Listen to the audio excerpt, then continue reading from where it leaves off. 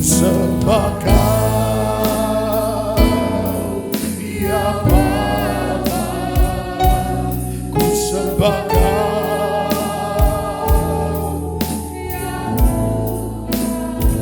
ku tinggikan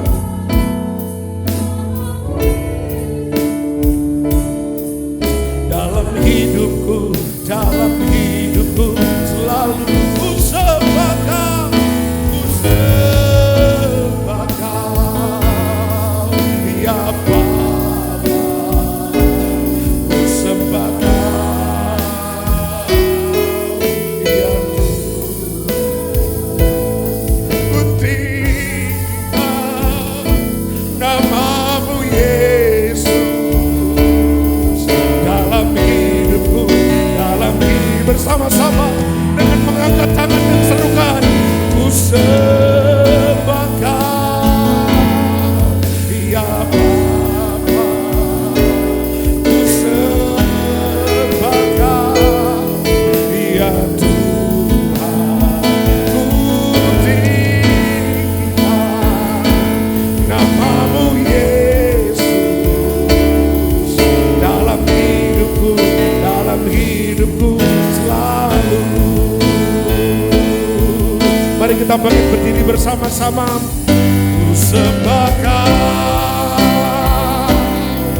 ya Bapa, ku sembah Kau, ya Tuhan, ku tinggikan nama-Mu Yesus dalam hidupku selalu. Sekali lagi kita katakan, ku sembah Kau. Untuk di tempat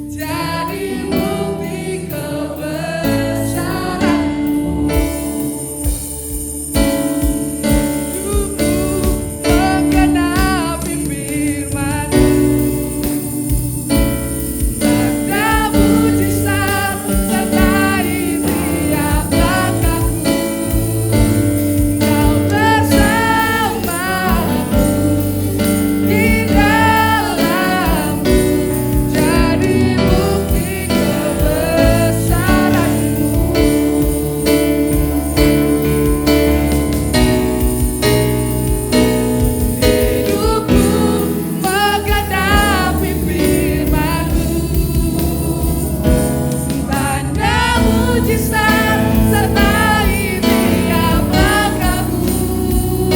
Kau bersamaku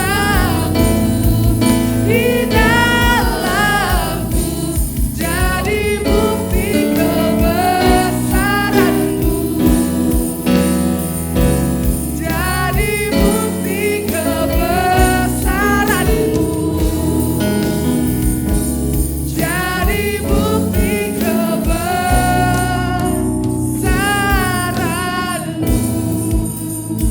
Ini sikap hidup kami Tuhan, yang kehidupan kami Bapa, kami mau Tuhan menghidupi setiap firman yang kami dengar. Biarlah kebesaran Tuhan nyata atas setiap hidup kami.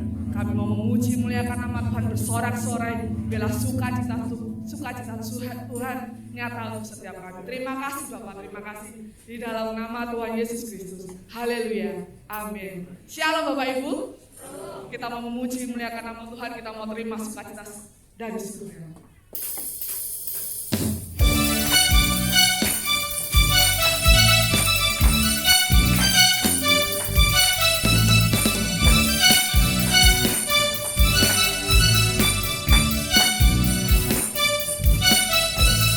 Terima sukacita surga, itulah kekuatan bagi jiwa. Dapat rasakan kasih-Nya di tengah badai.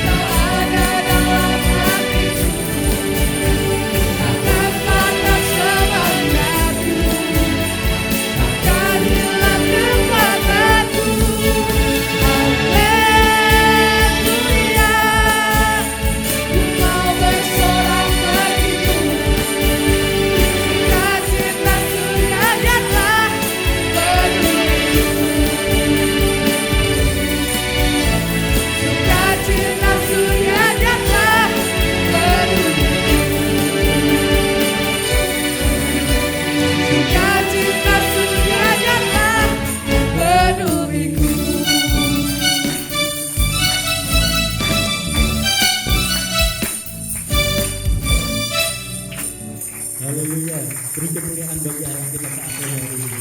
Kita mau lebih bersuka cita dalam Tuhan. Kita mau satukan hati, kita mau satukan tujuan untuk menyembah Tuhan. Haleluya. Amin. Kita pujikan, kita mau nyatakan betapa baiknya Tuhan.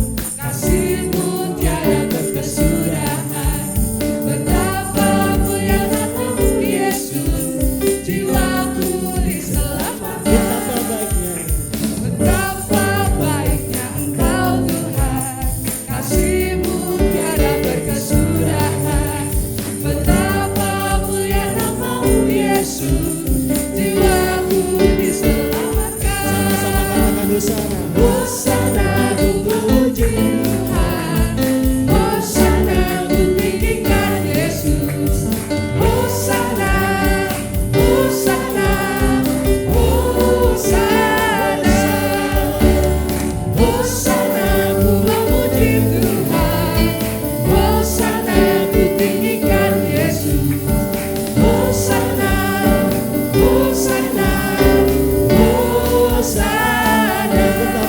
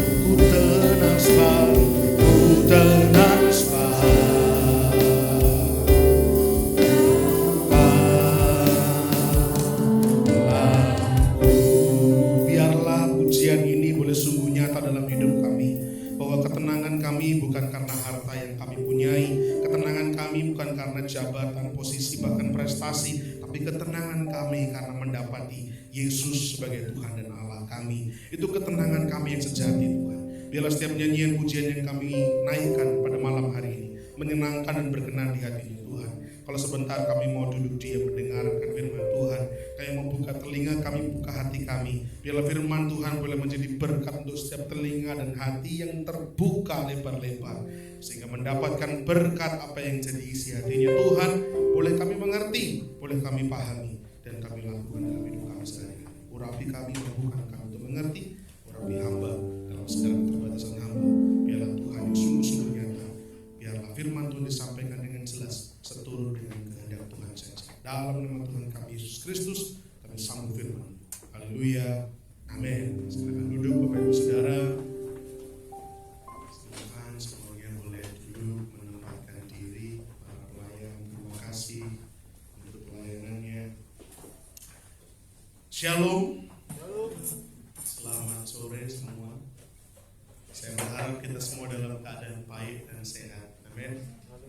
Sekalipun kondisi cuaca banyak orang sedang mengeluhkan katanya kalau siang begitu panas, tapi kalau malam dingin sekali, bahkan hujan kadang begitu deras, ya. Tapi biarlah oleh karena kemurahan Tuhan kita dalam keadaan baik. Nah, minggu ini adalah minggu yang terakhir di bulan Oktober.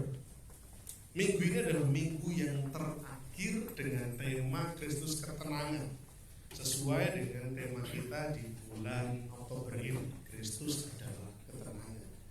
Sudah 5 minggu kita melewati. Banyak hal yang sudah kita pelajari, sudah kita dapatkan. Baik di ibadah raya, yang pos pelayanan pun juga sama. Baik juga di doa pagi, selama 1 bulan penuh, temanya sama. Baik juga di Oikos, yang anak-anak muda di ibadah Metanex. Semua mempelajari hal yang sama, Kristus adalah ketenangan. Pertanyaannya, besok hari terakhir bulan Oktober, betul ya, 31 Oktober. Pertanyaannya, sudahkah kita sungguh-sungguh tenang memiliki Kristus? Sudahkah kita sungguh-sungguh bisa mempraktekkan hal ini? Karena setiap kita pasti punya Kristus, amin. Karena Bapak Ibu Saudara ada di tempat ini, masuk ke ruangan ini, meyakini Kristus sebagai Tuhan dan Juru Selamat pribadi saya, akhirnya kita punya Kristus. Kristus hidup dan tinggal dalam hati kita. Nah, sudahkah kita sungguh-sungguh merasakan ketenangan itu? Itu pertanyaannya. Masalah udah datang silih berganti. Ketidakpastian pasti ada.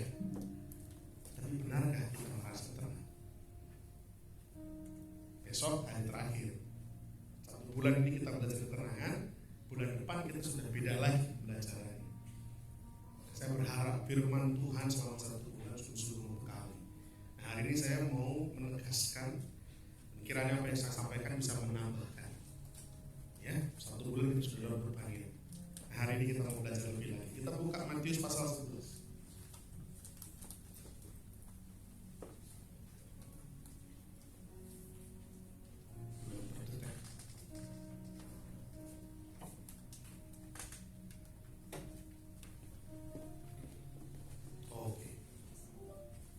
Ya, Matius 11 ayat 28 sampai yang ke-30. Saya harap Bapak Saudara sudah membuka kitab dan kita membaca bersama-sama ayat ini. Lama-lama ayat ini begitu melekat ya, menghafal gitu ya. Matius 11 ayat 28 sampai 30. 2, 3. Marilah kepadaku semua yang letih lesu dan berbeban berat, aku akan memberi kelegaan kepadamu. Pikulah kuk yang kupasang, belajarlah padaku, karena aku lemah lembut dan rendah hati, dan jiwamu akan mendapat ketenangan. Sebab kuk yang kupasang itu enak, dan bebanku pun ringan.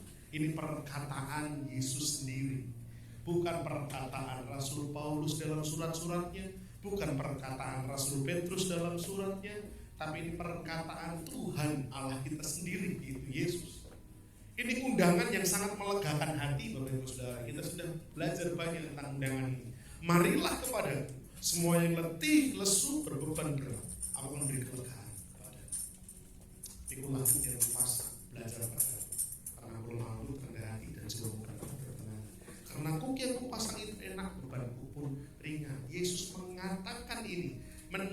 bukan mengalamatkan perkataan ini kepada orang-orang Yahudi yang kita sudah belajar. Mereka dibebani dengan beban yang sangat berat. Apa itu? Hukum Taurat. Apa itu? Peraturan Taurat. 613 peraturan Taurat yang begitu berat harus dilakukan oleh para orang-orang Yahudi. Dan yang menjadi permasalahan bagi Yesus juga adalah, kalau saudara masih ingat, mereka membebani rakyat atau umat dengan aturan-aturan ini. Tapi orang Farisi, ahli Taurat, Yesus mengecam mereka, bahkan menyentuhnya pun kamu tidak, jangankan melakukan. Sehingga kecaman ini begitu keras. Orang Farisi ahli Taurat, kamu itu putih mulus di luar, tapi busuk dan penuh dengan ulat dalam. Kemunafikan terjadi, sehingga umat begitu terbeban. Yesus datang memberi kemudahan. Hari ini saya khusus mau membahas ayat yang ke-29. Pikulah kuk yang kupasang, belajarlah padaku, karena aku lemah lembut dan rendah hati, dan jiwamu akan mendapat ketenangan. Bapak Ibu Saudara yang terkasih, kita belajar juga minggu lalu setelah Mas Adi menyampaikan firman. Ya, saya katakan bahwa ayat ini, ayat yang kita jadikan tema bulan ini, sedikit unik ayatnya. Kenapa? Ayat yang ke-28 bilang, mari kepadaku semua yang letih lesu beban berat, aku akan memberi kelegaan. Tapi tepat setelah kalimat itu selesai dikatakan, Yesus melanjutkannya dengan kata pikulah. Seakan-akan ini sesuatu yang katanya mau melegakan, katanya mau meringankan beban. Tetapi kenapa pikulah? Bukankah ini sesuatu yang malah hanya mengganti saja, replace, hanya merubah bebannya? Sehingga kalau kita tidak punya sikap hati yang benar dalam memikul kuk yang dipasang oleh Kristus, saya khawatir kita sudah Kristen, kita sudah melayani, bahkan mungkin kita ini aktif pelayanan, bukan cuma sekedar melayani, aktif pelayanan. MTC kegiatannya Senin aparat latihan, Selasa pemuridan leader-leader, Rebo ikos, Kamis latihan, Jumat naradoha, Sabtu metanex, Minggu ibadah pos, ibadah raya. Gak cuma sekedar pelayanan, bahkan aktif pelayanan. Saya khawatir kita sudah Kristen, kita sudah pelayanan, kita sudah aktif pelayanan, tapi kita capek. Berapa banyak orang Kristen sudah pelayanan tapi hatinya tawar, ya Pak Yarno ya. Berapa banyak orang Kristen bahkan mungkin levelnya majelis, tapi begitu terjadi gesekan antar majelis, dia memutuskan orang ini gerejawi. Enggak, Tuhan-Tuhanan dulu. Berapa banyak orang Kristen begitu lelah dalam hidupnya. Saya khawatir kita punya sikap hati yang keliru dalam memikul kuk yang Tuhan taruh ini. Sehingga ketika maksudnya Tuhan pikulah kuk itu untuk melegakan dan menenangkan, yang ada orang Kristen malah jadi makan berat. Songgone abot katanya gitu ya. Permasalahan. Oleh karena itu malam hari ini saya mau tambahkan di sesi ini, sikap hati kita dalam memikul kuk ini harus seperti apa? Yang pertama, kita harus tunduk. Sikap hatinya katakan tunduk. Tunduk sama apa? Sama otoritasnya Kristus. Saya katakan sama otoritas Kristus. Banyak hamba Tuhan bilang, kamu harus tunduk. Tunduk sama siapa? Sama pemimpin rohani. Saya sepakat. Tapi tidak ada penundukan diri yang lebih utama dibandingkan pada Kristus. Kalau kita tunduk pada pemimpin rohani, tapi kita tidak punya relasi dengan Kristus, apalah artinya? Banyak hamba Tuhan bilang, kamu harus tunduk pada pemimpin rohanimu, sama gembalamu kamu harus tunduk. Kita cross check dulu, ini perkataan pemimpin rohani ini sungguh-sungguh mengambil apa yang Tuhan mau katakan, atau hanya sekedar supaya jemaat patuh kepadanya. Saya katakan nomor satu, Bapak Ibu Saudara harus tunduk pada Kristus. Sama saya mau manggil Mas monggo, mau manggil Om juga boleh, mau manggil Den juga gak apa-apa, ya Om Pandu ya, bebas. Yang penting kita saling respect gitu kan. Tapi yang nomor satu, tunduklah sama Kristus. Kenapa demikian? Karena kata pikulah bahasa aslinya menggunakan kata arate. Arate itu artinya memikul, mengambil sesuatu, lalu memasangkan di pundak kita, di bahu kita, dan membawanya. Itu arate. Bukan sekedar mengangkat. Kalau saya sekedar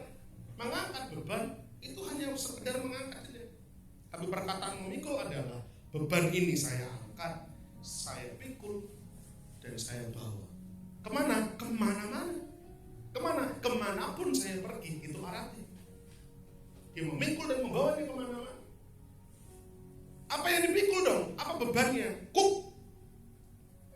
Artinya sugos. Beban ini. Kuk. Dari akar kata zuknumi, artinya bergabung. Bergabung untuk kuk. Kalau saya cari terjemahan Indonesianya kuk itu lebih tepatnya gandar katanya. Menurut bahasa yang baku itu gandar. Yang dipasangkan atas lembu dan kerbau supaya mereka bisa berjalan beriringan mengerjakan tugasnya. Entah itu membajak kebun atau sawah, entah itu untuk menarik beban seperti gerobak. Seperti ini. Ya, nah bebannya apa? Kuk. Pikullah, tunduklah. Kenapa saya katakan tunduk? Gini, kebiasaan orang Yahudi ternyata ketika memasangkan kuk ini kepada seekor lembu, khususnya lembu muda, harus dipasangkan dengan lembu yang tua. Jadi lembu atau kerbau yang belum berpengalaman dipasangkan dengan lembu yang sudah berpengalaman, sehingga masuk akal ayat ini ketika Tuhan bilang, pikulah kuk yang kupasang dan belajar. Kenapa? Karena Kristus ibarat lembu yang lebih tua. Dia lebih paham, dia lebih ngerti, dia lebih tahu, dan dia sudah menjalankan. Yesus mengatakan pikulah kuk ini. Sebenarnya ini sebuah perintah agar kita tunduk submit kepada lembu yang lebih senior, yaitu Kristus sendiri sebagai yang sulung, kata firman Tuhan.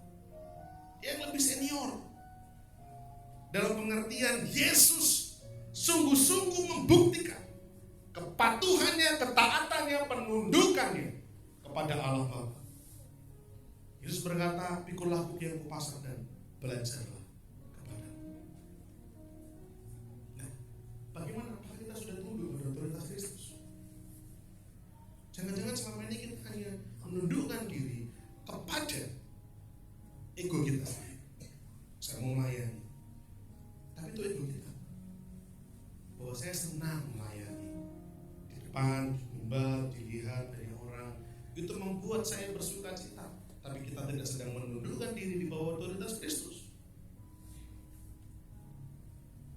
Saya senang beribadah, bertemu dengan banyak orang, pulang ibadah saya rasa tenang. Tapi ternyata kita sedang memuaskan apa yang jadi keinginan diri kita sendiri, tapi tidak tunduk pada otoritas Kristus. Yakobus 4 ayat 7 katakan demikian, Bapak Ibu Saudara. Karena itu tunduklah kepada Allah dan lawanlah iblis, maka ia akan lari daripadamu.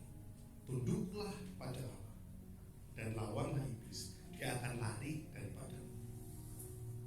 Banyak orang Kristen menang-menangan di sini, lawan iblis, tapi iblis gak lari dari dia. Kenapa? Dia baru mengerjakan yang separuh, melawan iblis, tapi dia tidak tunduk kepada Allah. Kita buka Kisah Para Rasul 19 ya. Sekilas kita buka sejenak. Kisah Para Rasul ayat 19, pasal 19. Kisah Para Rasul 19 ayat yang ke-13 sampai 20. Perikopnya apa? Anak-anak Skewa. Kisah 19 ayat 13 sampai 20. Saya baca, Bapak Ibu Saudara simak. Juga beberapa tukang jambi Yahudi yang berjalan keliling di negeri itu mencoba menyebut nama Tuhan Yesus atas mereka yang kerasukan roh jahat dengan berseru, katanya, aku menyumpahi kamu demi nama Yesus yang diberitakan oleh Paulus.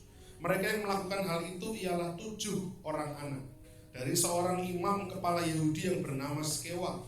Tetapi roh jahat itu menjawab, Yesus aku kenal dan Paulus aku ketahui, tetapi kamu, siapakah kamu? Dan orang yang dirasuk roh jahat itu menerpa mereka dan menggagahi mereka semua dan mengalahkannya, sehingga mereka lari dari rumah orang itu dengan telanjang dan luka-luka. Hal itu diketahui oleh seluruh penduduk Efesus baik orang Yahudi maupun orang Yunani, maka ketakutanlah mereka semua dan makin masyurlah nama Tuhan Yesus. Banyak di antara mereka yang telah menjadi percaya datang dan mengaku di muka umum bahwa mereka pernah turut melakukan perbuatan-perbuatan seperti itu. Banyak juga di antara mereka yang pernah melakukan sihir, mengumpulkan kitab-kitabnya lalu membakarnya di depan semua orang. Nilai kitab-kitab itu ditaksir 50.000 uang perak. Dengan jalan ini makin tersiarlah firman Tuhan dan makin berkuasa. Anak-anak sekalian, melihat wah keren ya Paulus. Dia usir dalam nama Yesus. Setan pergi. Wah keren. Orang-orang memberitakan bagaimana Rasul Paulus memberitakan Injil disertai dengan kuasa. Anak-anak sekalian bilang, kamu cuma kayak gitu mah kecil. Ya pentingnya dalam nama Yesus kan paspornya.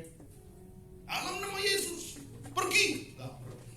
Dalam nama Yesus pergi, gak pergi juga. Lalu iblis berkata, kamu siapa? Yesus, aku kenal. Paulus, aku ngerti. Kamu sopo? Iblis pun menggagai anak sekalian. Berapa banyak kita juga berusaha seperti itu. Dalam nama Yesus, dalam nama Yesus, dalam nama Yesus. Iblis cuma bilang, kamu siapa? Yesus aku kenal, Paulus aku ngerti. Neng kowe sopo? Sehingga gak ada efek. Kita ingin untuk bisa melawan iblis, supaya iblis lari dari kita. Tapi karena kita gak punya penundukan kepada Allah, kita gak punya pengenalan sama Tuhan. Saudara saja. Dan satu fakta menarik, 50.000 keping perak itu kalau dikonversikan ke rupiah, kan katanya kitab-kitab yang magic tadi, kitab-kitab sihir dibakar sama orang-orang ini. Karena mereka pada akhirnya ketakutan dan percaya kepada Allah, mereka bertobat, mereka menyerahkan kitab-kitab sihir mereka. Satu keping perak itu, kalau menurut konversi yang saya lihat, yang saya baca, satu keping perak itu kira-kira beratnya 14 gram. Harga perak sekarang 9.600. Tahun 2020 saya sempat ngecek perak itu 15.000. Tapi perak turun banyak hari ini, 9.600. Tapi 9.600 saja itu jadinya 6,7 miliar. Setelah pertobatan terjadi, kitab magic harga 6,7 miliar itu kisaran. Kalau harganya 15.000 tadi peraknya, saya itu 9, sekian miliar. Itu dibakar. Kenapa? Karena mereka begitu ngeri melihat kuasa Tuhan. Ketakutan, gentar takut pada Tuhan.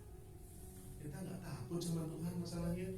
Kadang-kadang kita yang main-main gitu ya dengan hidup kita, padahal jelas-jelas Tuhan ada menyertai kita, tapi kita gak sungguh-sungguh ikut Tuhan. Mari, ini jadi pembelajaran untuk kita. Kalau kita mau iblis lari dari kita tunduk gak sama Allah, kita tunduk sama Kristus. Sebagaimana lembu muda yang mau diarahkan, mau belajar, maka dia harus nurut sama lembu yang lebih tua. Lembu yang tua ini akan mengiring dia ke kanan dan kanan, ke kiri, lurus dan lurus. Tapi ini semua akan bisa dilakukan dengan baik kalau lembu yang muda tunduk. Apa yang terjadi kalau lembu yang muda menolak? Prosesnya akan tetap berjalan, tapi menyakitkan, akan menggores tubuh, akan menyakitkan perasaan kita. Gak gampang. Kalau mau gampang, tunduk aja sama Tuhan, ikuti apa yang Tuhan mau. Itu dulu. Sebenarnya tidak ada kata kupasang dalam ayat ini. Pikul lakuk yang kupasang, gak ada kata kupasang dalam terjemahan Yunani. Bahasa aslinya gak ada. Yang ada adalah pikul lakuk, ku, mau atau aku. Arate ton zugon mau. Arate ton pikulah zugos atau sugon itu ku mau, ku bukan ku pasang tapi ku. Artinya apa? Kenapa ini jadi beda sekali? Karena gini, kalau pikulah kuk yang ku pasang seakan-akan Yesus hanya memasangkan saja dan dia tinggal diam, sudah selesai. Tidak, Justru kata pikulakuk yang kupasang maknanya gini, pikulakuk ku ini loh. Yesus mengatakan kuk itu kuk miliknya. Ia terlebih dahulu mengenakannya. Yesus terlebih dahulu memakainya. Kapan Yesus memakainya? Ketika ia hidup di dunia ini, dia tunduk patuh total pada kehendak Bapa. Itulah kuk yang dipasang olehnya. Kita mengenal gambar ini. Bagaimana Tuhan berlutut di Taman Getsemani sambil merintih menangis sama Tuhan. Ya Bapa, jikalau mungkin lalukanlah cawan ini daripadaku, tetapi bukan kehendakku yang jadi, melainkan kehendakmu. Ini kuk yang dipasang Yesus. Yesus sudah mengenakannya terlebih dahulu. Dia kenakan kuk ini dengan sukacita. Kenapa? Ini enak dan ringan. Apa itu? Kuk penundukan diri kepada Bapa atau kepada kehendak Bapa. Ini kuknya. Ini kuk yang dipasang Yesus. Dia mengenakannya terlebih dahulu dan dia menyerahkan juga kepada kita. Ayo bareng-bareng kita mengerjakan kehendak Bapa. Alright, my man, gitu kan? Oke enggak? Oke, yuk jalan. Berjalanlah bersamaku, pikulah kuk yang kupasang. Ini tuh menyenangkan sekali. Kenapa? Kalau kita baca ayat yang ke-27, Matius 11 ayat 27, kita baca. Perhatikan. Semua telah diserahkan kepadaku oleh Bapakku, dan tidak seorang pun mengenal anak selain Bapa, dan tidak seorang pun mengenal Bapa selain anak. Titik atau koma atau lanjut?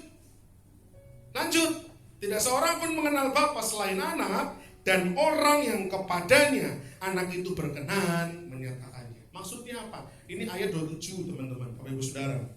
Baru 28, 29, 30 jadi ayat mas kita. Di dahulu 27. Yesus bilang apa? Gini, semua diserahkan kepadaku oleh Bapa. Gak ada seorang pun mengenal Bapa selain aku, yaitu anak. Dan gak ada seorang pun mengenal anak selain Bapa. Oke? Nah tapi Tuhan gak berhenti sampai di situ. Tuhan bilang apa? Yang bisa mengenal Bapa itu cuma aku dan orang-orang yang kepadanya aku berkenan memperkenalkan Bapa.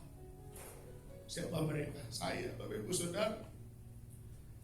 Kita diperkenan oleh Tuhan. Yuk ikut pikul kuk. Ketika Tuhan berkata pikul kuk, didahului di awalnya, dia memilih kita terlebih dahulu. Dari miliaran orang di dunia ini, dia pilih sebagian untuk menjadi anak-anak Allah. Sama seperti Yesus Kristus menjadi anak Allah yang sulung. Ini berkat yang luar biasa. Ini adopsi yang luar biasa. Kita dipilihnya, kita diperkenannya, kita dibenarkannya. Tentunya relasi dengan Bapa tidak sekedar relasi yang lalu menjadi untuk menang-menangan dong. Oh, Mas Ongki ini anak Allah ya sudah. Oh, Mas Iwan ini anak Allah. Tidak seperti itu dong. Kalau Tuhan Yesus sudah berkenan untuk menjadikan kita anaknya, kalau Tuhan Yesus sudah berkenan untuk memilih, membenarkan dan menyelamatkan kita, semestinya kita pun menghormati Allah, taat melakukan kehendak Allah. Iya dong. Siapa kita? Kita ini bukan siapa-siapa, tapi Allah memilih kita untuk menjadikan anak Allah.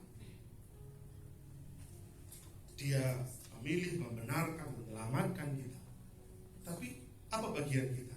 Bagian kita hormat dong sama Tuhan. Bagian kita taat dong sama kehendak Tuhan. Jangan main dengan kehidupan kita, Bapak Ibu Saudara. Tapi kita mau sungguh-sungguh menyenangkan hati Allah. Sebagaimana anak, kerinduannya melakukan kehendak Bapa. Yohanes 4:34, kata Yesus kepada mereka, makananku ialah melakukan kehendak Bapa yang mengutus aku dan menyelesaikan pekerjaannya. Sweet banget kan? Oh ini sweet banget. Tuhan bilang makananku itu melakukan kehendak Bapakku. Bukan cuma melakukan, tapi menuntaskan pekerjaan Bapa. Itu bukan tugas bagi Yesus. Itu apa? Makanan. Beda dong. Kalau tugas itu kita melakukannya karena kita ditugasi, kita mendapatkan amanat, tapi Tuhan nggak bilang ini makanan. Makanan itu apa? Sesuatu yang membuat kita hidup, membuat kita berenergi, membuat kita bisa bersemangat. Itu makanan. Makananku itu melakukan kehendak Bapa dan menuntaskan pekerjaan. Nah, bisa nggak kita sama seperti Yesus? Kuk yang dipasangkannya ini adalah kuk untuk kita taat melakukan kehendak Bapa. Bisa nggak kita juga bicara seperti ini? Makananku melakukan kehendak Bapa dan menuntaskan pekerjaannya. Bisa nggak kita mau seperti ini? Matius 7:21 bilang demikian. Bukan setiap orang yang berseru kepadaku Tuhan, Tuhan, yang masuk ke dalam kerajaan surga, melainkan dia yang melakukan kehendak Bapakku yang di surga. Memang ayat ini berbicara mengenai ajaran-ajaran sesat, mengenai pengajar-pengajar sesat. Mungkin kita tidak sesat. Kita dalam ibadah yang benar, kita bergereja, mendengarkan firman yang murni. Tapi jangan-jangan pola pikir kita yang sesat. Kita sudah diselamatkan, tapi kita milih hidup seenak hati kita sendiri. Kita sudah dimerdekakan, tapi kita memilih untuk mengungkung diri kita menjadi budak kembali. Tidak mau dimerdekakan, tidak mau diatur-atur, tidak mau diarahkan. Kan Yesus sudah memerdekakan saya. Ingat kata-kata Rasul Paulus, janganlah kita menggunakan kemerdekaan ini sebagai kesempatan untuk melakukan dosa.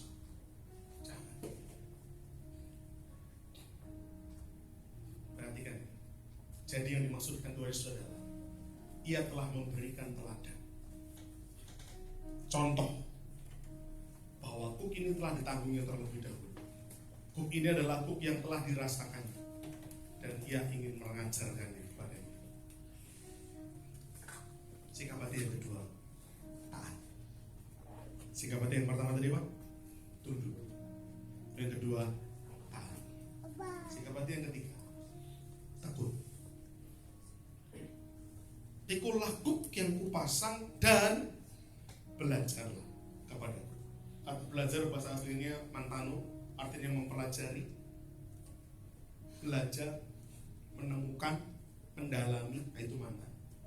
Nah, seberapa kita bersemangat belajar untuk mengenal Kristus? Seberapa besar semangat kita? Seberapa besar semangat kita untuk mengenal lebih dalam? Menemukan harta-harta tersembunyi dalam firman Tuhan untuk makin mengenalnya. Seberapa besar? Seberapa besar keinginan kita untuk berrelasi akrab dengan Tuhan, mengenal. Seberapa besar? Saya tanya, seberapa besar? Sebesar ibadah seminggu sekali? Seberapa besar?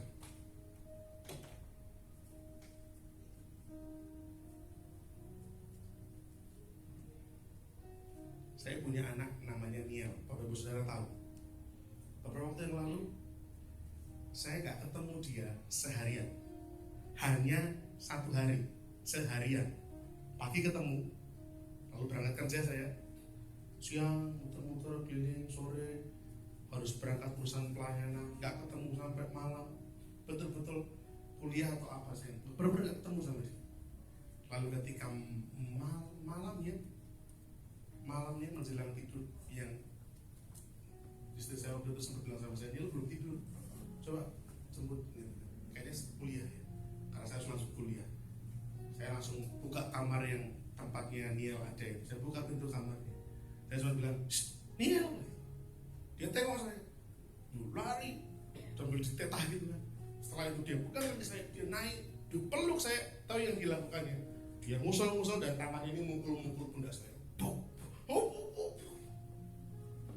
Mungkin seperti rasa mangkel, anyel, pengen ketemu tapi nggak ketemu, mau tidur belum tenang karena belum ketemu sama papinya.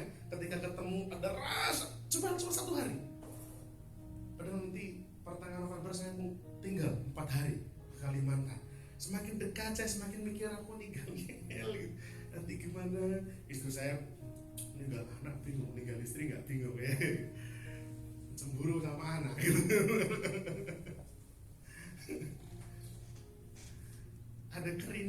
berpesan dalam hati Nia untuk berjumpa dengan papinya. Ketika ketemu dengan papinya, dia usul-usul, dia pukul, saya timang-timang bentar tidur. Kelegaannya cukup pelukan diulul selesai tidur. Saya ajak doa persiapan di sini. Yang menyedihkan, sudah persiapan. Yuk kita mau siapin hati. Saya sudah katakan bahwa pelayanan Tuhan bentuknya sikap hati, bukan cuma sekedar pelayanan di depan lawan ini Tuhan. Tapi tetap saya masih dengar ada suara ngobrol. Aku jangan itu sini. Pada di depan kita Tuhan, ampuni kami. Dan nyembah Tuhan, sebelum Tuhan ampuni kami. Saya kangen betul sama Tuhan. Saya habiskan waktunya beberapa menit untuk merasakan Tuhan perlu saya, Tuhan rasa dulu. Tapi kenapa sebagian dari kita memilih untuk sibuk sendiri? Marta protes sama Tuhan, bukan Marta ini. Marta protes sama Tuhan. Yesus, Tuhan, suruhlah Maria untuk bantu aku. Aku repot ini, aku repot itu. Maria cuma duduk diam di situ. Tuhan, aku dibantu. Suruhlah Maria bantuin aku meringankan tugas-tugasku. Apa kata Tuhan Yesus? Marta, Marta, kenapa kamu merepotkan dirimu dengan banyak hal? Maria telah memilih bagian yang terbaik. Ngapain? Duduk diam di bawah kakiku. Teman-teman pemuda pelayan Tuhan, Bapak Ibu Saudara pelayan Tuhan, melayani itu anugerah. Tapi nggak ada anugerah yang lebih indah selain duduk diam di bawah kakinya dan merasakan Tuhan sedang peluk kita, merasakan Tuhan sedang merengkuh kita. Kapan terakhir kali kita merasakan kedekatan untuk sungguh-sungguh mengenal pribadi Allah, pribadi Yesus? Saya dorong Bapak Ibu Saudara untuk melayani Tuhan semaksimal mungkin, sesering mungkin, seaktif mungkin. Tapi saya dorong Bapak Ibu Saudara untuk menikmati persekutuan juga yang hangat sama Tuhan, yang asik gitu sama Tuhan. Mengenal pribadinya yang betul-betul asik banget. Saya dorong Bapak Ibu Saudara, sehingga kekristenan kita bukan kekristenan yang membosankan, tapi kekristenan yang menggairahkan. Kenapa? Karena saya kenal Tuhan saya.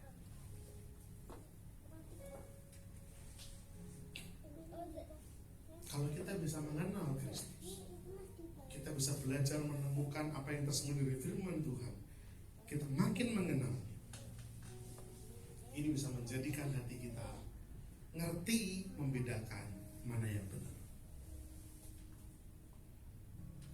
Kalau kita mengenal Kristus dalam, kita kenal pribadi, lewat firman-firmannya, lewat relasi yang hangat, lewat relasi yang intim sama Tuhan, kita bisa mengenal apa yang benar dengan tepat.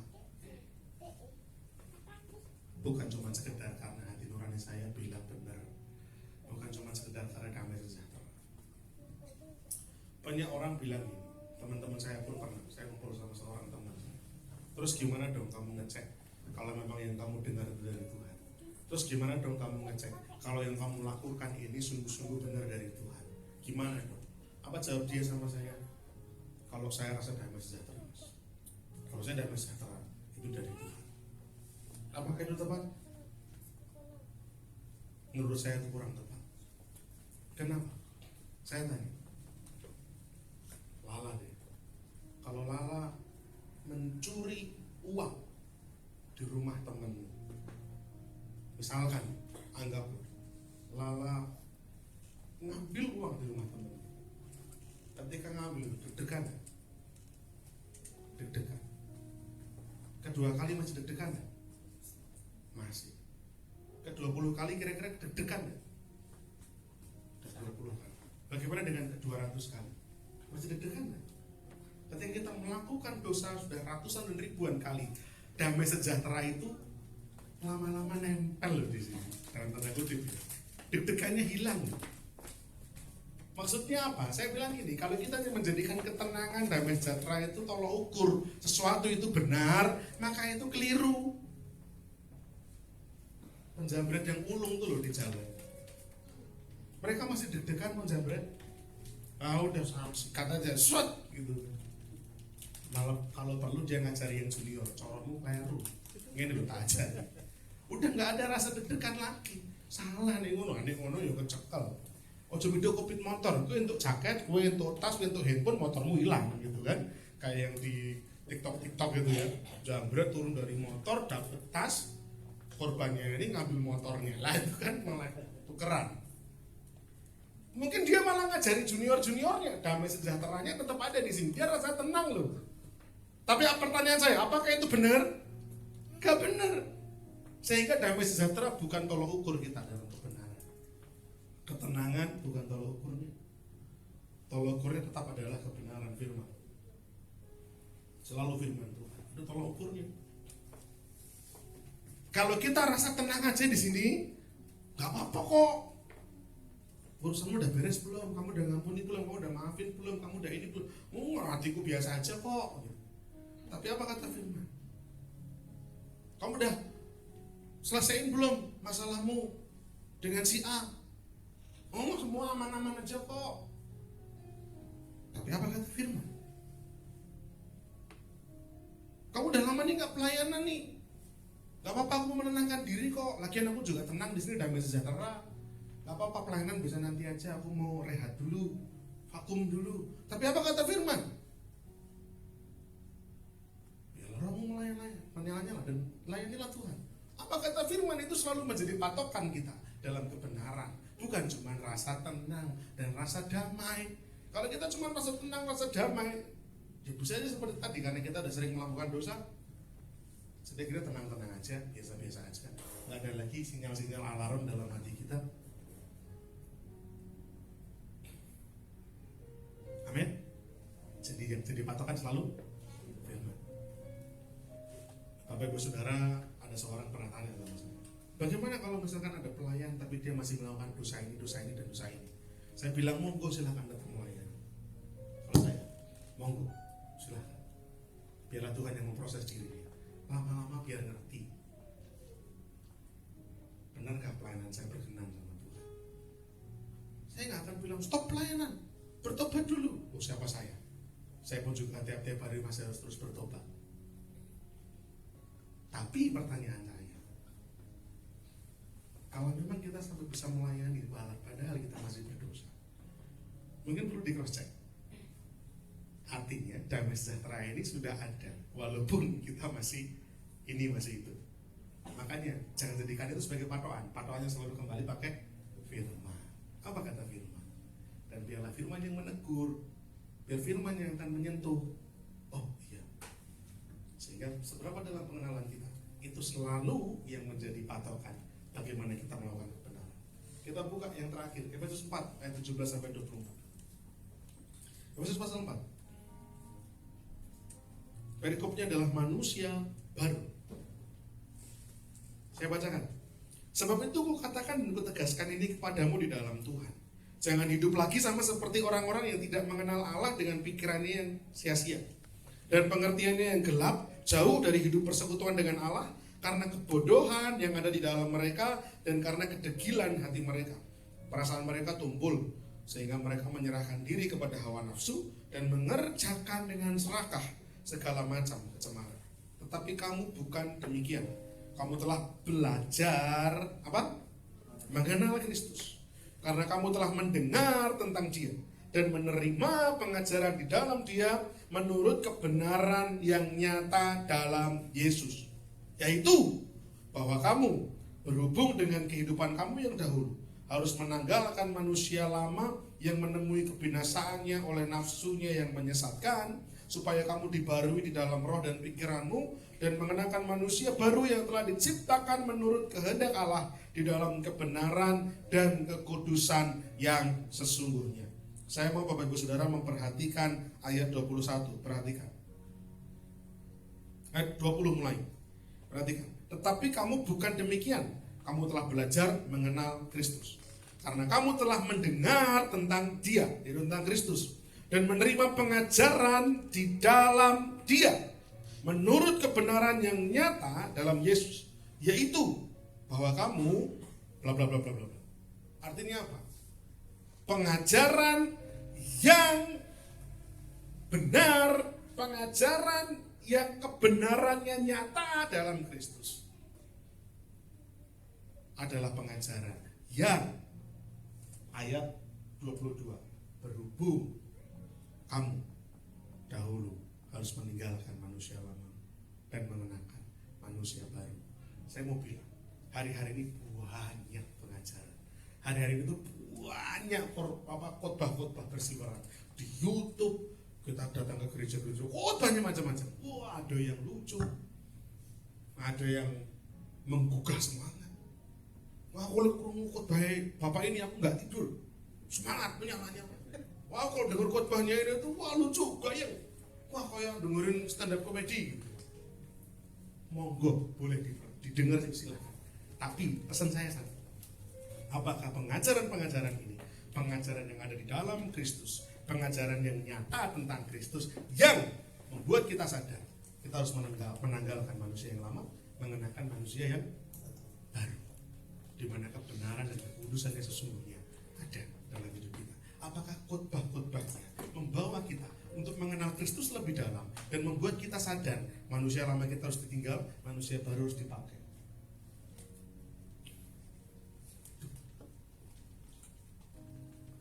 Monggo, mau lihat dengar khotbah macam apapun silahkan, tapi cross check apakah mengajarkan tentang Kristus dan membawa kita menjadi pribadi yang mengenakan manusia baru. Jangan hidup sama seperti orang yang tidak mengenal Allah, yang hidupnya sia-sia. Kita sudah kenal Allah belum? Rajin ke gereja, pelayanan tidak menjamin kenal Allah. Satu kelas ada berapa orang di kelasmu bisa? 36. Setiap hari ketemu di kelas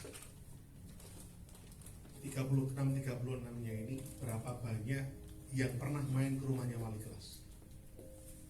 Yang datang ke rumahnya wali kelas, dikenalin sama suami atau istrinya wali kelas, anak-anaknya ini loh, makan bareng di rumahnya wali kelas di meja makannya. Ada 30? Ada 6 orang saja. Sehingga enggak, maksudnya datang ke rumahnya gurumu, enggak ada malah, waduh mengenaskan sekali. Saya pikir masih bagus tadi, ada 6, Pak puji Tuhan. Dari 36 ada 6, haleluya. Dari 36 enggak ada satupun yang kenal gurunya. Kata Mas Adris, aduh, kata-katanya akan saya pakai. Kalau sampai 30-an orang, 40-an orang di tempat ini datang ke gereja tiap minggu, tapi gak kenal Allah, jawabannya, aduh. Tapi jangan-jangan seperti itu. Kita ke gereja rajin, pelayanan rajin, tapi dengan Allah kenal gak? Suaranya Allah ngerti gak? Apa maunya Tuhan tahu gak? Oi, saya dengar suara Tuhan, hati saya bilang, Roh ngomong sama saya, tunggu dulu, ingat cross check sama firman. Jangan dikit-dikit Tuhan ngomong sama saya, Tuhan bilang sama, tapi cross check sama firman. Benarkah itu dari Tuhan?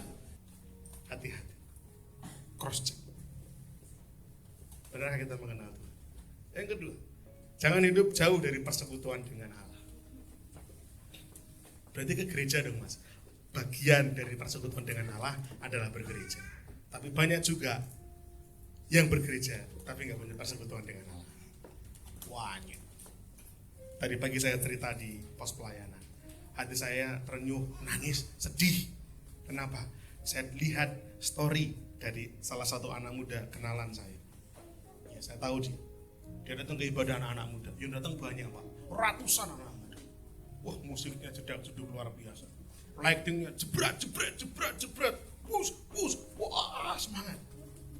Wah, keringetan gembrobios, enggak tahu itu ampun kaya apa, saya enggak ngerti. Anak-anak muda kan semangat-semangat. Pertanyaan saya, pulang dari tempat itu, benar enggak mereka kenal Yesus? Haleluya, haleluya. Saya nggak ngerti. Saya nggak menolak itu. Bahkan saya pun juga beberapa kali kan kita pakai lighting, retret kita pakai lighting. Musik saya senang dengan musik yang bagus, tapi saya tidak mau. Saya sedih kalau sampai gereja mengedepankan itu. Tapi akhirnya anggaplah itu 400-an orang anak muda, tiba-tiba dia keluar udah kayak mayat hidup. Hidup, tapi nggak hidup. Nggak kenal Yesus. Pulang ya masih seenaknya sendiri sama orang tua, kurang ajar, sama orang tua, kowe, pekerjaan letoy gitu kan. Gimana anak Tuhan di tempat pekerjaan? Hari Senin malas sih. Waduh, kata Mas Adris, nggak bisa kayak gini, ini nggak kenal nih. Wah, menyedihkan sekali kenyataannya kalau kita mau lihat hari-hari ini. Banyak gereja yang mencoba untuk menarik jiwa-jiwa, tapi saya nggak ngerti nih konsepnya mau kemana nih. Apakah sungguh-sungguh mau bawa jemaat itu kenal sama Tuhan, Pak? Atau hanya untuk membuat gedung gereja penuh? Itu pertanyaan. Jangan hidup kita menyerahkan diri jadi budak segala dosa, bahkan serakah akan kecemaran dosa. Rasul Paulus itu bilangnya dengan jelas banget loh di ayat ini. Menyerahkan diri pada segala macam dosa dan serakah. Itu manusia. Manusia itu bukan cuma sekedar berdosa, dia serakah melakukan dosa. Wah, menyenangkan sekali. Dosa-dosa, tahu ya serakah, tahu ya.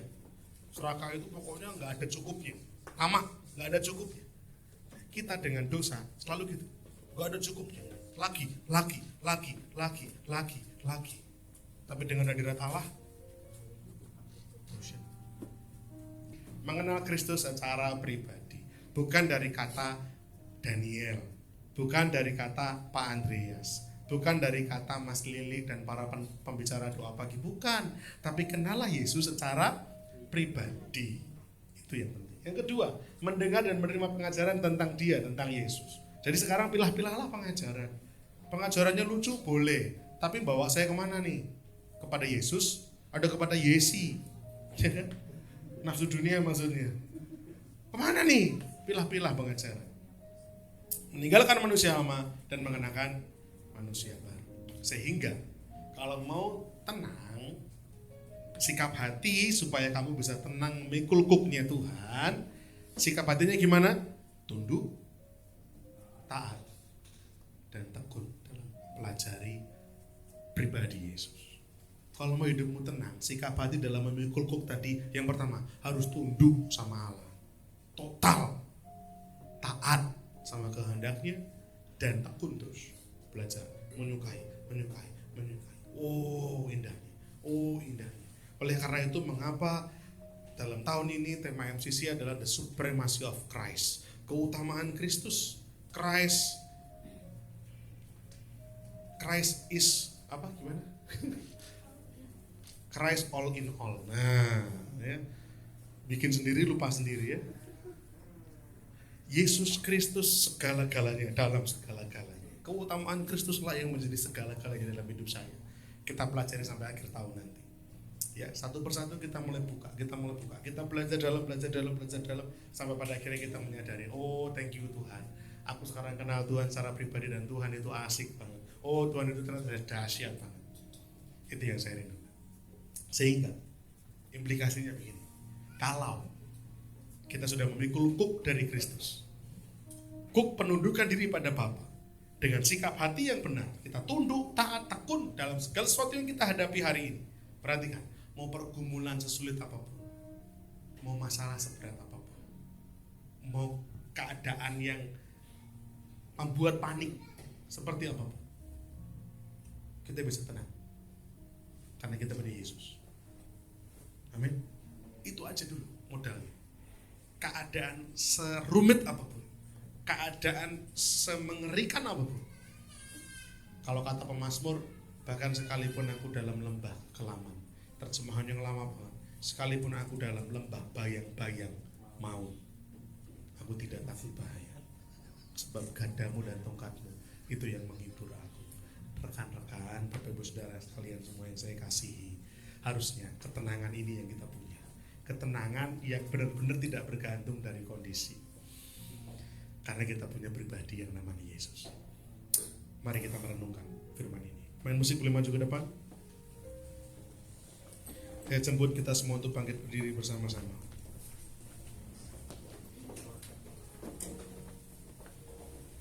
Hari-hari ini apapun yang sedang kita alami dan kita hadapi, mungkin kita sempat khawatir, mungkin kita sempat kecewa, mungkin kita sempat menjadi takut dan cemas. Tapi mari kita punya sikap hati yang benar malam hari ini. Kristus sudah menaruhkan kuk kepada kita. Mari kita belajar tunduk, taat, dan tekun mengerjakan bagian kita. Terima kasih Tuhan.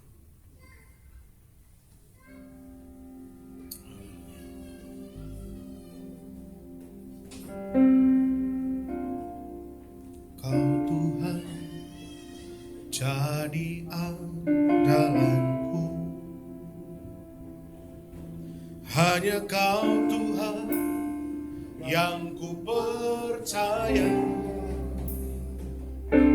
Di saat aku sudah tak mampu, hanya Yesus sanggup melakukannya. Aku percaya ada mukjizat. Aku percaya Tuhanku dahsyat, perbuatan ajaib telah dikerjakannya. Aku percaya ada mukjizat.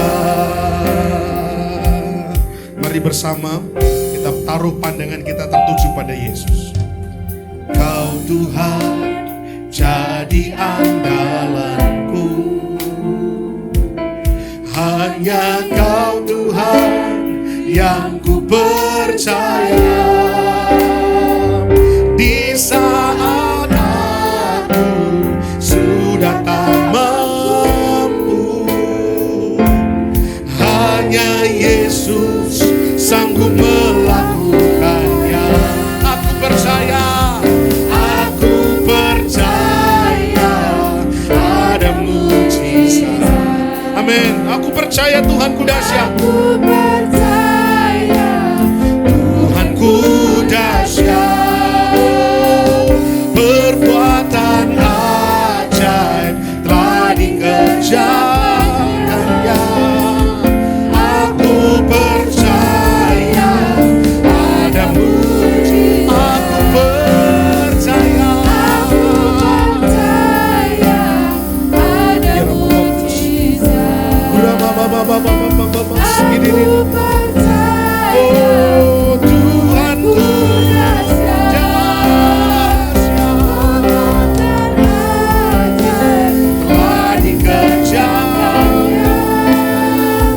Aku percaya ada mukjizat. Biar jemaat saja serukan kata-kata ini. Aku percaya. Mari pegang teguh firman Tuhan. Mari kita mau tunduk total sama Tuhan. Kita mau taat pada kehendaknya. Dan kita mau terus tekun mencari Tuhan sampai kita mengenal pribadinya. Maka Tuhan menaruhkan ketenangan dalam hati. Sekali lagi, mari serukan aku percaya. Aku percaya ada mukjizat.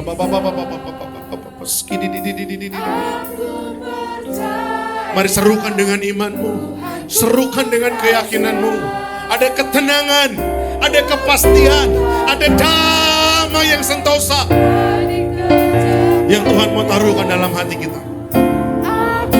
Bagian kita, seberapa kita mau menaruh percaya pada Allah. Mari katakan bersama-sama. Aku percaya ada mukjizat. Aku percaya Tuhan dahsyat. Ya,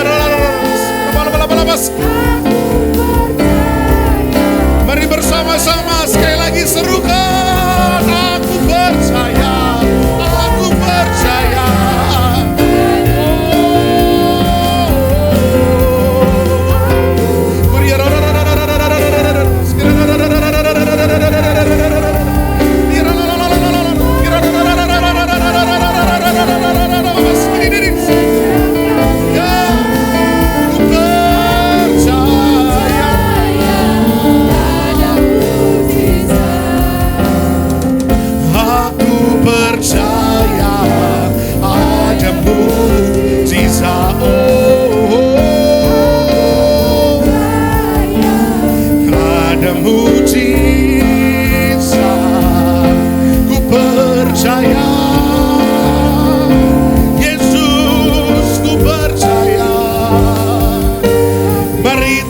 Di hadapan Tuhan malam hari ini, seberapa besar kita menaruh percaya pada Tuhan, seberapa kita mau sungguh tunduk kepada Tuhan,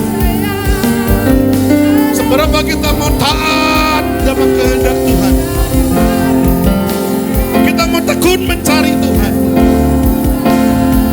sehingga sumber ketenangan kita bukan yang lain, tapi sumber ketenangan kita hanya Yesus saja.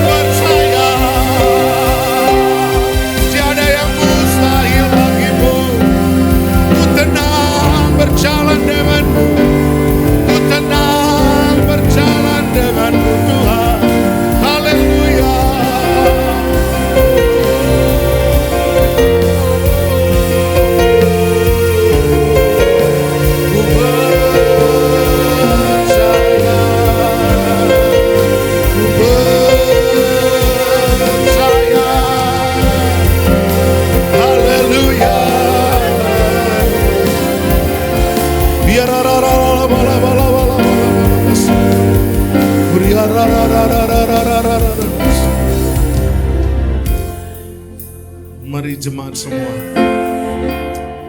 kita renungkan firman Tuhan malam hari ini. Apakah kita sudah sungguh-sungguh tenang dalam hadirat Tuhan? Apakah kita sudah sungguh-sungguh tenang dalam naungannya Tuhan? Ataukah seringkali kita masih meragukan Allah dengan kedaulatannya? Seringkali kita masih protes sama keputusan-keputusan Tuhan.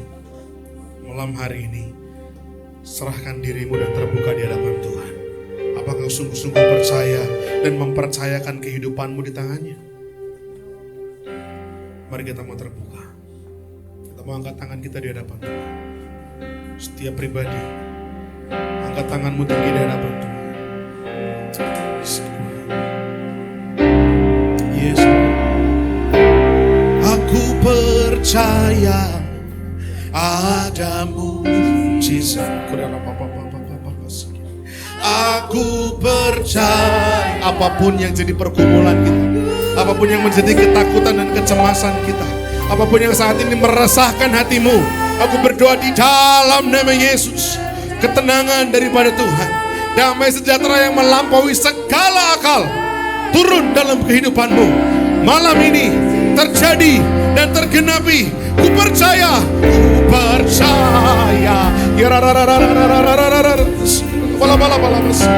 Ya, aku percaya Tuhanku dahsyat. Oh, yes, ya, ku pegang janjimu, ku pegang firmanmu. Terima kasih. Mari bersama-sama kita berserukan. Aku percaya ada mujizat. Amin. Aku percaya Tuhanku dahsyat, perbuatan ajaib telah dikerjakannya. Aku percaya ada mujizat. Aku percaya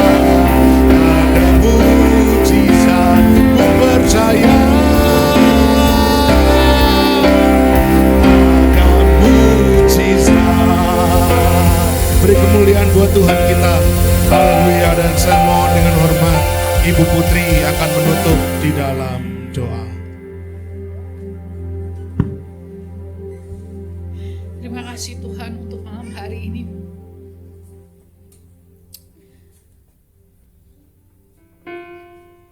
Minggu terakhir kami mendapatkan firman Tuhan ini yang semakin hari menguatkan kami.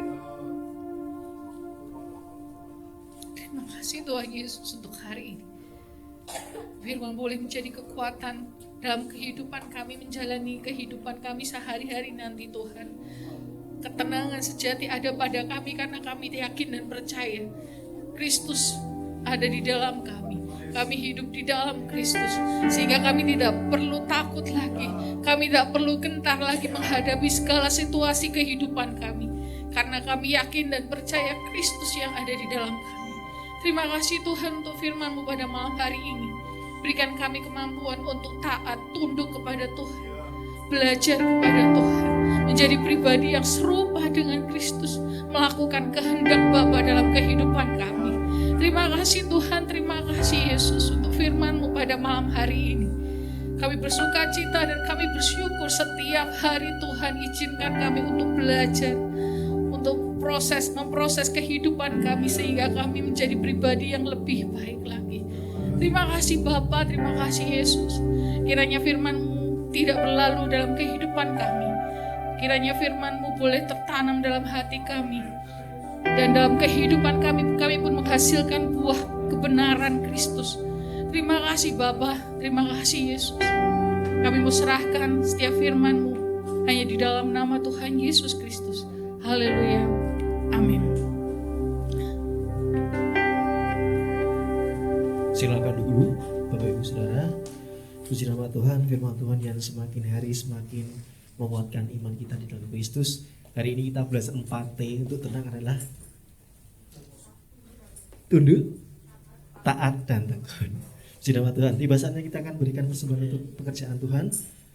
Kita mau siapkan persembahan kita.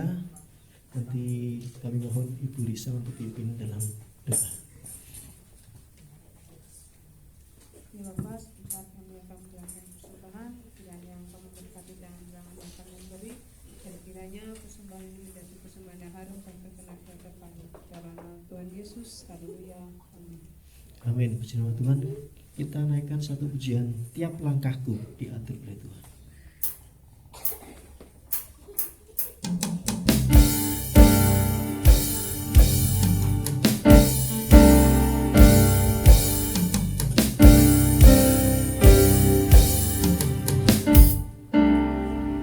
Tiap langkahku diatur oleh Tuhan, dan tangan kasih-Nya memimpinku di tengah badai dunia menakutkan.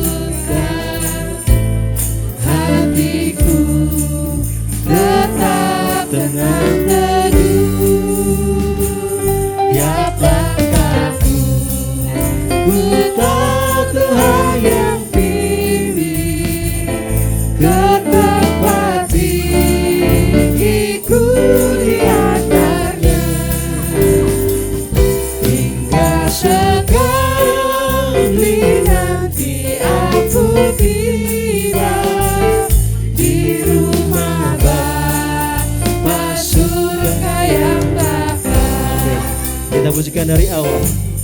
Langkahku diatur oleh Tuhan, dan tangan kasih-Nya memimpinku di tengah badai dunia menakutkan. Hatiku tetap tenang teduh. Tiap langkahku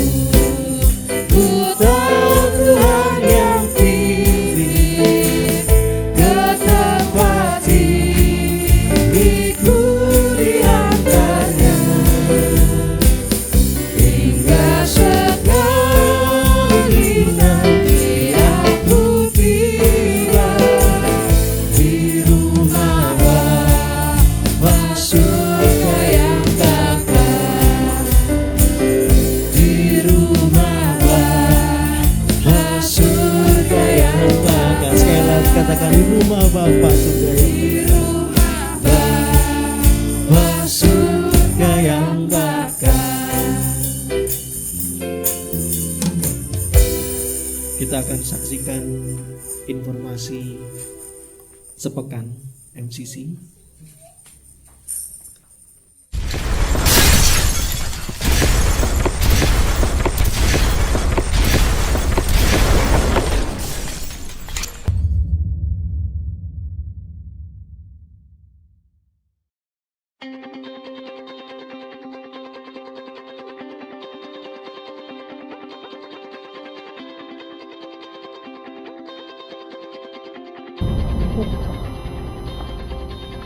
Shalom jemaat yang terkasih, Efesus 6 ayat 10.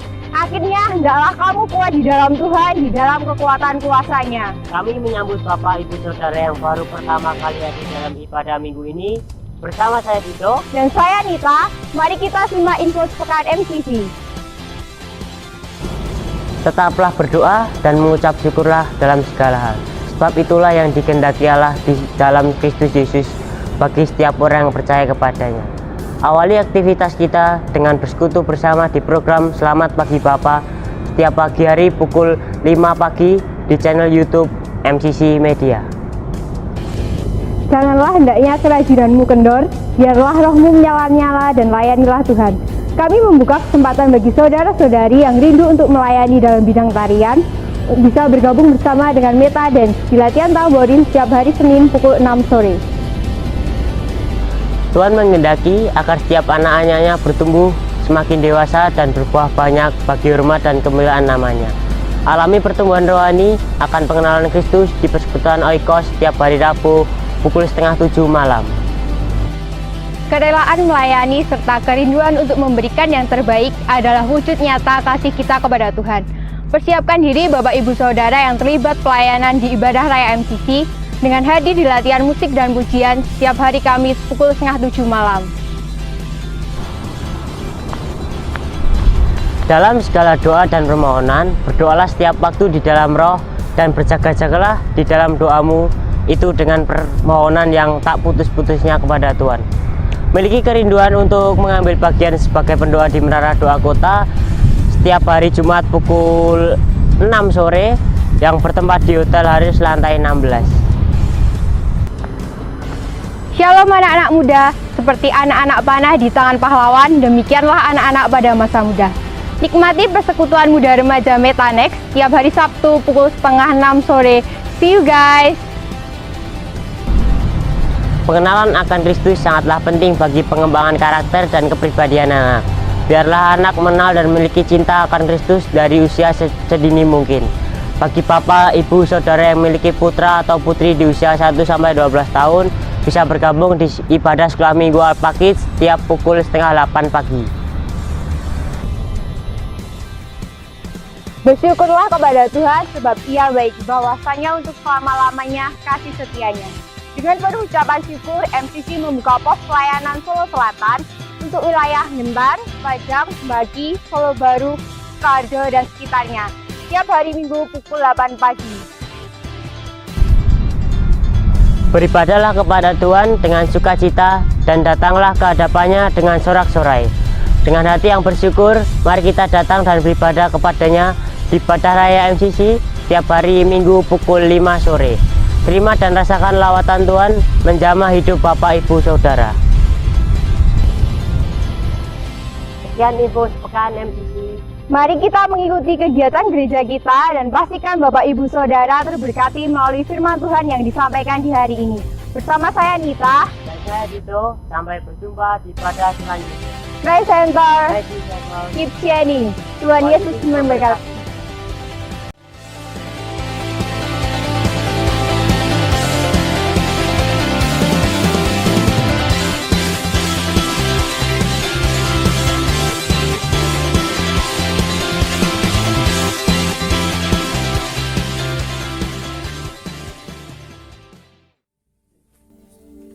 Berikutnya saya akan sampaikan laporan keuangan MCC. Saldo per tanggal 22 Oktober 2022 sebesar 19.054.600 rupiah. kemudian pengeluaran pemasukan dari ibadah pos pelayanan selatan Rp161.000, kemudian persembahan ibadah raya Rp823.000, ini di tanggal 23 Oktober juga Bapak Saudara. Dan pengeluaran di tanggal 23 Oktober untuk sewa tempat di Pop Hotel 800.000, transportasi 100.000, kemudian servis gitar 160.000 rupiah, servis speaker 120.000 rupiah, servis drum dan kabel 300.000 rupiah, sehingga saldo per 29 Oktober 2022 sebesar 18.558.600 rupiah. Demikian info laporan keuangan MCC. Mungkin ada informasi Pak Daniel.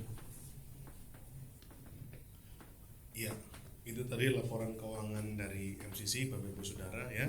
Biarlah kiranya apa yang Tuhan titipkan kepada kita ini bisa dikelola untuk pekerjaan Tuhan. Hari ini kita lihat banyak sekali yang tidak muncul, ya ada yang sakit, ada yang izin, ya.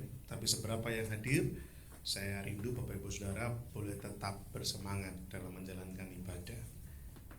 Masih mending tadi pagi di pos pelayanan kita hanya berberapa ya?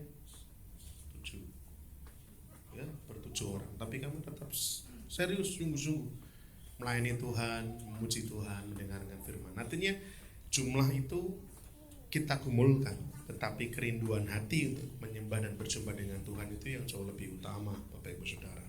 Ya. Nah, ada sedikit pengumuman penting yang saya harus sampaikan dan kita nanti akan diskusikan. Artinya saya menyampaikan terlebih dahulu, nanti Bapak Ibu Saudara yang hendak merespon bisa nanti menjumpai saya, lalu kita berdiskusi baiknya seperti apa. Jadi begini, MCC mendapatkan berkat, yaitu penyediaan tempat ibadah di Universitas Kristen Surakarta. Kalau hari ini kita kenal Solotech Christian University, itu letaknya di Jalan Mountain City, betul ya? Margoyudan ya, sebelah timur SMA Negeri 1. Nah, kita disediakan tempat di situ, satu kelas yang sudah dilengkapi dengan AC, kursi, lalu televisi untuk multimedia dan seterusnya. Kita disediakan tempat dan sudah ditawarkan dari bulan Agustus sebenarnya. Tapi memang saya belum tidak lanjuti. Nah, lalu beliau-beliau ini menghubungi kembali dan sedikit memaksa, artinya Bu ayo sudah disiapin tempat gitu loh, kenapa ndak eman-eman, Bu ayo toh dipakai, sayang gitu. Memang ruangannya tidak sebesar ini, jadi cuman kalau untuk kapasitas 40-50 itu masih bisa masuk. Nah, ini yang mau saya sampaikan. Kalau seperti itu, sebenarnya kalau kita mau tetap ibadah sore pun juga tidak masalah. Hanya permasalahannya pencahayaan di sana kurang baik. Kalau malam, kondisi lampu-lampunya dan seterusnya, memang namanya kampus dikondisikan untuk perkuliahan pagi, bukan untuk perkuliahan sore. Jadi tetap ada pencahayaan, tapi ya jangan bandingkan dengan di hotel.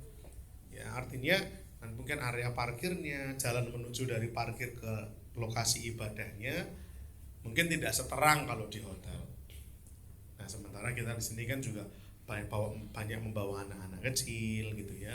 Lalu kalau kondisi terlalu gelap dan saya pikir nanti juga tidak nyaman, sehingga saya sempat berpikir demikian. Bagaimana kalau ibadah raya kita uji coba selama 1 bulan, di bulan November itu pagi, menggunakan ruang yang disediakan oleh UKS ini atau Solotech ini ya. Jam berapa? Jamnya mungkin jam 8 sampai setengah 10, 1 jam setengah begitu. Jam 8 pagi sampai setengah 10 pagi ibadahnya. Lalu bagaimana dengan ibadah sekolah minggu? Kita jadikan satu, hanya kita pisah. Jadi nanti pekerjaan tambahannya adalah tim sekolah minggunya, tim guru-guru sekolah minggu yang harus menyediakan transport untuk jemput anak-anak sekolah minggu yang biasa di Banyuagung itu dibawa ke Solotech Lalu anak-anak dari para orang tua yang biasa ikut ibadah raya bisa sekolah minggu, orang tuanya ibadah. Jadi sama, jam 8 sampai setengah 10. Itu untuk sekolah minggunya. Lalu bagaimana dengan pos pelayanannya? Nah, pos pelayanannya kita tarik ke sore. Jam berapa? Ya kita bikin sama aja seperti ini. Jam 5 sore. Hanya tempatnya di Solo Baru, bukan di sini. Tempatnya antara Hotel Warisan atau Hotel V. Kenapa tidak di Hotel Warisan? Ya sambil menunggu supaya kalau memang boleh dipakai rutin kita di Hotel Warisan. Tapi sekiranya belum bisa kita pakai Hotel V. Nah, nanti bagi Bapak Ibu Saudara yang mungkin ada hal-hal yang mungkin mau disampaikan sama saya kok pengennya gini aja, gimana kalau gini? Masukan semua saya akan terima. Ya semua masukan-masukan, saran-saran akan saya terima. Ini menjadi pertimbangan saya untuk segera memutuskan. Nah, jadi kapan dilakukannya? Nunggu saya mendapat input balik dari Bapak Ibu Saudara. Bagaimana Bapak Ibu Saudara akan kasih respon kepada saya dan juga kepada pengurus untuk kami akan godok. Tapi alternatifnya begitu. Alternatifnya kita akan uji coba dulu 1 bulan di bulan November. Kita lihat dampaknya. Kalau dampaknya ternyata membuat jumlah kedatangan menurun, jemaat menjadi tidak nyaman beribadah, kita kembali lagi dan kita cari alternatif lain. Tapi kalau selama 1 bulan ternyata berjalan dengan baik, dengan lancar, jemaat juga lebih nyaman ibadah pagi. Oh, siang saya masih bisa jagong, saya masih bisa piknik lah, monggo silahkan ya, kita bisa teruskan. Tapi andai kata memang ternyata lebih banyak minusnya, kita akan coba evaluasi lagi, kita kembali lagi ke sini. Jadi sementara saya akan lemparkan dulu proyek uji coba di bulan November. Tapi yang jelas bukan 6 November. Ya, 6 November biar di sini dulu. Supaya kita masih punya waktu untuk diskusi nanti. Jadi kalaupun mau nanti move ke Slotek, mulainya di tanggal 13 November. Itu pengumuman penting dari saya. Nanti ketika di luar, Bapak Ibu Saudara kira-kira yang mau menyampaikan masukan saran saya tunggu. Nanti jemaat-jemaat yang tidak hadir malam hari ini nanti akan kita input juga. Itu aja. Oikos tidak ada ya minggu ini ya, tidak ada oikos. Kita nanti ketemu lagi ibadah perjamuan kudus minggu depan masih di tempat ini. Baru nanti kalau memang disepakati bersama minggu depannya baru kita uji coba di UKS. Testing dulu. Ada pengumuman yang lain, Bu Putri? Tidak ada. Kalau tidak ada, saya ajak Bapak Saudara kita bangkit berdiri bersama menutup ibadah kita malam hari ini. Matur nuwun Mas Grendel, Mbak Irma, sampun rawuh ya. Ini pendukung-pendukung setia kita yang biasanya di pos pelayanan Solo Selatan ya, dan hari ini hadir di ibadah raya. Terima kasih, Tuhan memberkati. Kita akan berdoa bersama. Kita tunduk kepala.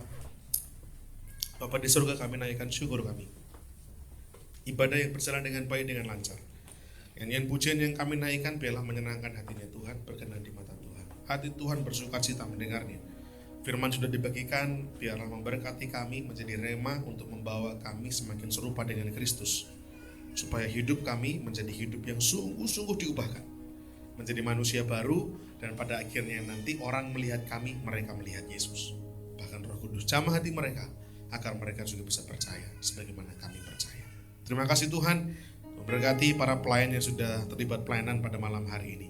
Biarlah setiap kami boleh terus berapi-api melayani Tuhan. Kami belajar dari perkara-perkara yang kecil. Dan seperti apa kata firman Tuhan, barang siapa setia terhadap perkara kecil, Tuhan akan percayakan dengan perkara-perkara yang jauh lebih besar lagi. Bapa di surga, apa yang kami kerjakan semata-mata karena cinta kami kepada Tuhan. Biarlah hati Tuhan disenangkan atas apa yang kami lakukan. Berkati setiap jemaat yang sudah hadir malam hari ini. Hamba berdoa di dalam nama Yesus. Biarlah Tuhan memberikan berkat-berkat teristimewa pada setiap jemaat semua yang sakit. Kami berdoa di dalam nama Yesus, Tuhan beri kesembuhan.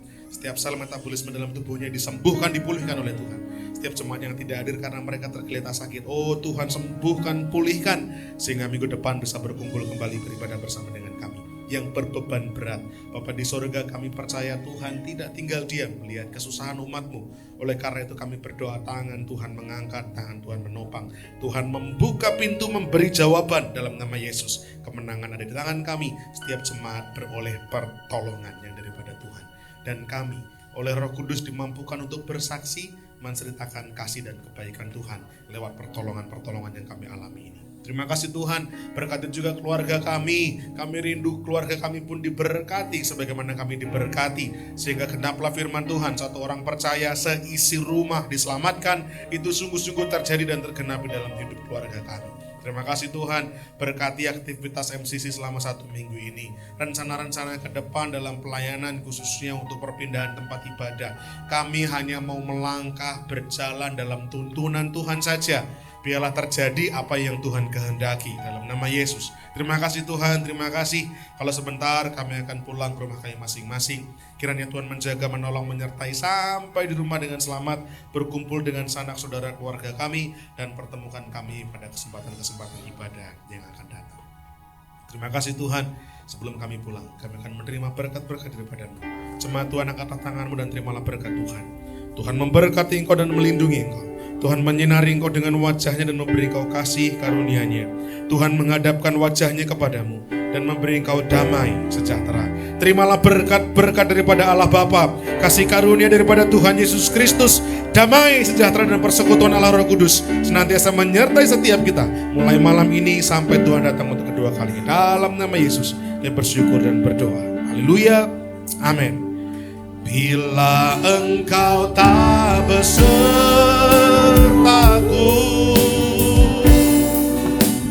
ku tak mau berjalan. Ku perlu Tuhan, pimpin langkahku dengan kasih karunia-Mu.